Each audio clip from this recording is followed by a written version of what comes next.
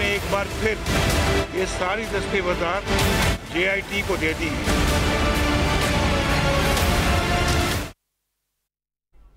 बिस्मिल्लाहिर्रहमानिर्रहीम। अस्सलाम वालेकुम ग्रानो कतुन को द मशरिक TV प्रोग्राम पुख्तन के तास्ता हर कले नन द पाकिस्तान टोल मीडिया द पाकिस्तान टोल उलस द पाकिस्तान और बखुसूसी तौर इस्लामाबाद और द इस्लामाबाद इंतज़ामिया हगा मुतवज्जे व द वज़ीर आज़म मियाँ मोहम्मद नवाज शरीफ JIT ता द पेश के दो था और दगे हवाला बांधे द 1300 रोज़ना कयास आराए के दे खल्को द ख्याल असुना गलवल चे सब कीगी वज़ीर आज़म बराजी का न बराजी यो ख्याल पके दा हम वो चेहरा की दिशी अगर इस्तिस्ना फ़ायदा वाखली यो ख्याल पके ब्यादार आ गए चेहरा की दिशी द कतर और द सऊदी अरब द ख़राब सूरत हाल द आगे पवजा बांधे द वज़ीर आज़म दगा पेशी हगा मुल्तविशी खूब बहर हाल द वज़ीर आज़म हाउस ना बयान जारी शो च वज़ीर आज़म बद शेड्यूल मुताबिक अगबा पेश कीगी और ब्या नन द दगा पेशे द पारा खसूसी द सिक्योरिटी इंतज़ामात हम शू सड़कुना हम बंद करे शू बल दा मुहिम खबर पके दावा च द वज़ीर आज़म ना अलावा नूर सूक वफाकी वज़ीरान हगुई चिकम जुडिशल एकेडमी के JIT आगा पेशी बा आगे ता प्रे नखुदी शू और बिलाखिर वज़ीर आज़म नन यहूलस बजे और रसीद और दगा JIT ता पेश हो तकरीबन 3 घंटे दा से वेली कीगी च दनना सवाल जवाब और दगा सिलसिला रवाना हुआ यानी 3 घंटे वज़ीर आज़म नवाज शरीफ हगा प जुडिशल एकेडमी के दनन तेरे के और दहागे न रुस्तो हगा बाहर राहुत दगा नन पेशे दे बसनास कानूनी सूरत हाल द कानूनी मामलों बांधे व हम मंगा दे खबर तरीक़ू दे सरसरा दे सियासी असरात पर हम मंगा गुरु और दगा नन जमंग द प्रोग्राम पुख्तना मौजूदा पदे मौजू बांधे द खबर उतर द पारा मुसरा जमंग कम द्रुन और कदरमन मेलमा पर स्टूडियो के शरीक ते आगा जमंग द पेखावर नुमोड़े कानूनदान और द पेखावर बार एसोसिएशन द हाई कोर्ट बार एसोसिएशन पखाने general secretary Aminur Rahman advocate ते अमीन खान तास्ता प्रोग्राम के हर कले हम दगशान जमंग द देसी में योबल नुमोड़े कानूनदान नूर आलम खान एडवोकेट हागबा हम मंग जाइन कई दे सरसरा मंग कोशिश बदाई चे द इस्लामाबाद ना मंग खपल मुहिम तज्जियाकार सीनियर सहाफ़ियान हागुई सरा हम राबितवकू और दे लड़के मंगा द नुमोड़े एंकर पर्सन मतीउल्ला जान सरा हम राबितकू हागुई व हम मंग द टेलीफोन दलारे अखलू दगशान द सुप्रीम कोर्ट बार एसोसिएशन पखाने सदर कामरान मुर्तज़ा सोक चे पखाने सेनेटर हम दे हागबा हम मंगसरा प्रोग्राम के शरीकीगी दे सरसरा द मुस्लिम लीग नून सूबाई सदर और द वज़ीर आज़म सलाहकार इंजीनियर अमीर मुकाम हागबा मंगसरा प्रोग्राम के शरीकीगी और पदगा मौजू बांधबा मंग खबर तरीक़ू हो द टोल न अवल ची वज़ीर आज़म या मोहम्मद नवाज शरीफ नन JIT तब पेश और ब्या बाहर रागे मीडिया सर चिक में खबर तरी वज़ीर आज़म कड़ी दी द हगे स टुकड़ा हगा तासो तावरू ब्या बमंग खपलो शरीकवालो सरा खबर तरीक़ू राजे चे दगा खबर तरी द वज़ीर आज़म बाउल जो कुछ हो रहा है ये करप्शन का कोई इल्ज़ाम नहीं है मेरे पर, ये कोई खुर्द बुर्द का कोई इल्ज़ाम नहीं है, उससे कोई ताल्लुक़ नहीं है, सरकारी ख़जाने से कोई ताल्लुक़ नहीं है। ये हमारे ख़ानदान के निजी और ज़ाती कारोबार और उसके मामलात को ही उलझाया और उछाला जा रहा है। जो हमारे ज़ाती कारोबार हैं, सरकारी ख़जाने से इसका कोई लेन देन नहीं है, ये कोई करप्शन केस नहीं है। ये नोट करने वाली बात है पूरी कौम के लिए, लेकिन हम सबको याद रखना चाहिए एक बड़ी JIT भी बैठने वाली है, एक बड़ी अदालत भी लगने वाली है। 20 करोड़ आवाम की JIT, 20 करोड़ अवाम की अदालत, हम सबको उस JIT के सामने पेश होना है। मखसूस एजेंडे चलाने वाली फैक्ट्रियां अगर बंद ना हुई तो आइन और जमहूरियत ही नहीं, मुल्क की सलामती भी खुदा न खास्ता ख़तरे में पड़ जाएगी। मैं वाज़े कर दूं कि अब हम तारीख़ का पहिया पीछे की तरफ नहीं मोड़ने देंगे। वो ज़माने गए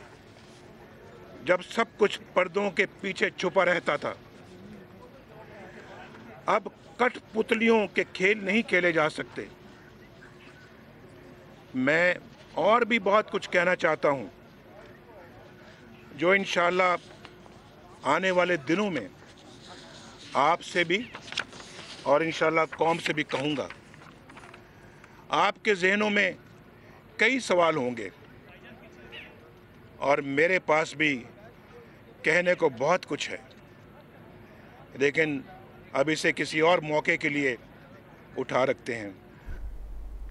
जी ग्रानो कतुनको द वज़ीर आज़म पाकिस्तान खबर अतरे द मीडिया सरा तासो वावरे देव यकीनन च पा आखिर के हगदा हुए च तासो सरा हम यानी मीडिया ते खबर कवला च तासो सरा हम ढेर सवालुन दी और जमा पर के हम ढेर खबरी दी हो नन हगा मीडिया त द सवालुन मौका वर नकड़ा और दग से रवान शो अगर च मीडिया कोशिश कुछ दागना तपूसनो के पुख्तनी की बहरहाल च सब पुख्तनी दी सब जहन के राजी दे कानूनी नौयत से दे पदे बाने बम खबर अतरे को खुद टोल नावल जू इस्लामाबाद ताव चरत चे नुमवड़े तजियाकार एंकर पर्सन और सहाफ़ी मतीउल्लाह जान हगा मुंगसरा द टेलीफोन दलारे पर प्रोग्राम की शरीक थे। अस्सलाम वालेकुम मतीउल्लाह जान साहब। अस्सलाम वालेकुम मतीउल्लाह जान साहब, आज के दिन को बहुत अहम करार दिया जाता है, बल्कि इसको तारीख़ी भी करार दिया गया है। क्या समझते हैं आप कि आज का दिन वाकई तारीख़ी था कि वज़ीर आज़म पाकिस्तान JIT में पेश हुए? मैं तो समझता हूँ कि कोई तारीखी दिन नहीं था। इससे पहले भी बड़े बड़े तारीखी वाक़यात हुए और वज़ीर आज़म के हवाले से ही हुए। एक वज़ीर आज़म फांसी चढ़ गया तब भी हमारी तारीख नहीं बदली। उस वक्त भी कहा गया था कि बहुत बड़े कत्ल के मुकदमे में उस इंसाफ हो गया और एक बहुत बड़ी शख्सियत को भी अदालत ने इंसाफ के कटहरे में खड़ा किया और फिर उसको फांसी के फंदे तक ले गए। उसके बाद भी हमने देखा कि वज़राए आज़मों को जिस तरीके से जलील करके उनके ओहदों से हटाया गया, उनको बरतरफ किया गया और फिर जिस तरीके से हमारी अदालतों ने फौजी आमरों का साथ दिया और बाद में फिर इसी तरह एक और वज़ीर आज़म का तख्ता उलट के 12 अक्टूबर को जो मौजूदा वज़ीर आज़म है इनको जलावतन भी किया गया और उस वक्त भी हमारी अदालतों ने फौजी आमरों का साथ दिया, फौजी हुकूमतों का साथ दिया।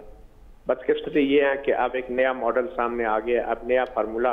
बज़ाहिर सामने आ गया है और उससे लगता ये है कि अब जो हमारी अदालतें हैं वो जो सिविल और मिलिट्री अदम तवाज़न है उनके हक़ाइक़ को नज़रअंदाज करते हुए वो ये समझ रही हैं कि सिर्फ सियासतदानों को कटहरे में खड़ा कर देने से इन अदालतों की इज्जत हो जाएगी और अदालतें अपने आप को आज़ाद साबित कर देंगी, जो कि बिल्कुल ही एक गलत बात है और ये बहुत बड़ी गलतफहमी है। मैं ये समझता हूँ कि इस तमाम मुकदमे को जिस तरह शुरू किया गया, एक बाहर की अखबार में छपने वाले बाहर के इदारे से ये जो स्कैंडल सामने आया 30 साल पहले,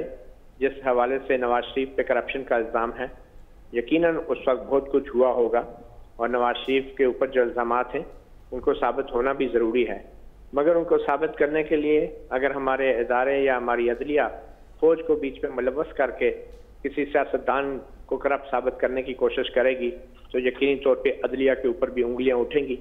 और ये तमाम काम फौज को मुलव्वस किए बगैर होना चाहिए था, खुफिया अदारों को बीच में घसीटे बगैर होना चाहिए था। और JIT के अंदर जिस तरीके से खुफिया अदारों को खुफिया और वो भी फौजी खुफिया अदारों को ढाला गया है, उसके बाद ये तमाम अमल जो है नाम नहाद एहतसाब का, इस पे शकूक व शुबहात पैदा होते हैं और जायज़ तौर पे पैदा होते हैं, क्योंकि बहुत सारी चीज़ें ऐसी हुई हैं जिससे वाज़ेह हो गया है कि मामला अब अदालती या कानूनी नहीं रहा, ये सिविल और मिलिट्री की जो कशीदगी है, जो सियासत है, ये उसकी नज़र होता जा रहा है। मतीउल्लाह जान साहब, वज़ीर आज़म ने मखसूस एजेंडे की फैक्ट्रियों की बात की है, क्या समझते हैं आपका उनका इशारा किस तरफ है? बदकिस्मती तो ये है कि जब भी वज़ीर आज़म नवाज शरीफ पे मुश्किल वक्त आता है तो उनको मखसूस एजेंडे ज़रूर नज़र आना शुरू हो जाते हैं।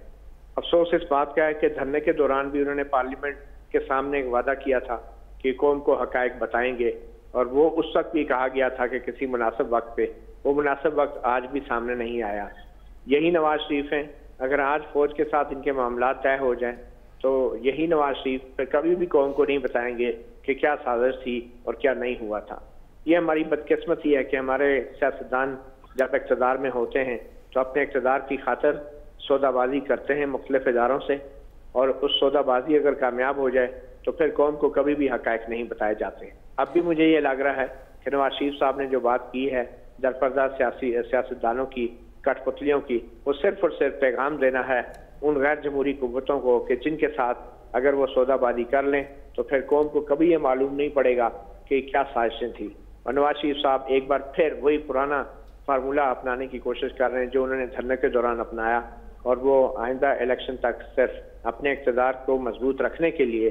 जो है मुख्तलिफ इदारों को पैगाम दे रहे हैं। और अगर इक़्तिदार महफूज रह गया तो ये हक़ाइक़ कभी भी कौम के सामने वो नहीं रखेंगे। मतीउल्लाह जान साहब, कौम की नज़रें जो थी वो सुप्रीम कोर्ट की तरफ थी, लेकिन फिर सुप्रीम कोर्ट ने GIT बनाया। अब GIT की रिपोर्ट की तरफ कौम की नज़रें लगी हुई है। क्या समझते हैं आप, क्या इससे कुछ निकल पाएगा?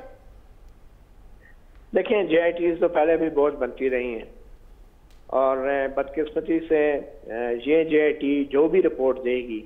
वो रिपोर्ट भी सियासत का शिकार हो जाएगी और बजा तौर पे होगी, क्योंकि ये GIT तो उसी वक्त सियासी हो गई थी जब सुप्रीम कोर्ट के मुअज़्ज़ज़ जजों ने इसके अंदर फौजी अफसरान को डाल दिया था। सुप्रीम कोर्ट के जजेस अच्छी तरह जानते हैं कि इस मुल्क में सिविल और मिलिट्री तनाव क्या है, कशीदगी क्या है, तवाज़न क्या है, और सुप्रीम कोर्ट के जजों को ये भी मालूम है कि इस मुल्क में खारजा अमूर, दिफाई अमूर और दूसरे अमूर के असल फैसले कहाँ होते हैं। ये सब कुछ जानते बूझते हुए भी सुप्रीम कोर्ट ने फौज के खुफिया अदारों को GIT में हुक्म के जरिए जो शामिल किया है और ख़ास तौर पे जो सिविलियन खुफिया अदारे हैं उसको शामिल नहीं किया गया, तो साफ जाहिर है कि सुप्रीम कोर्ट ने फौज को सियासत में घसीटा है और ये GIT सियासत का शिकार हो चुकी है। और अदलिया ने अब एक ऐसा रोल प्ले किया है इस तमाम इतने बड़े स्कैंडल के अंदर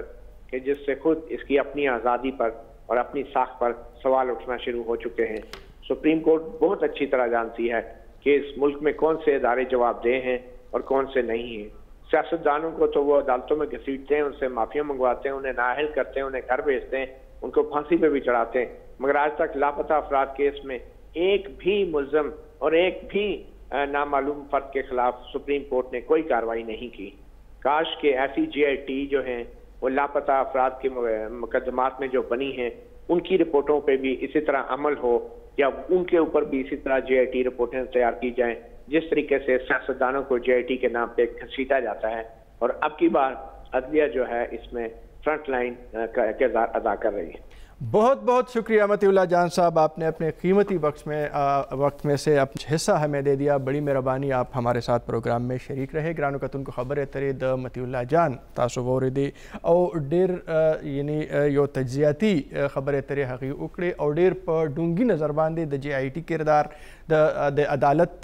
किरदार और दगशान द खुफिया इदारों पर किरदार और पा अमल दखल बांधे मतीउल्लाह जान रणा वाचौला उड़ान बजू और खबर तरे बकऊ द GIT बांधे गुते हम पुरत शवीदी पागे बांधे हम निवकी कीगी, पागे तनकीद हम कीगी, दगशान द हुकूमत पर इदारों बांधे हम गुते उचतीगी और दासी वेली कीगी चाहे हुई रिकॉर्ड और दस्तावेज़ात के बदलून को पागे बांधे व खबर तरी को मुशरफ स्टूडियो के नास्त मिलमाना दागी राय बहम अखलू वक्त द दमेश वेदे वड़ा शान दमकू बियर तराजू मुंसरों से।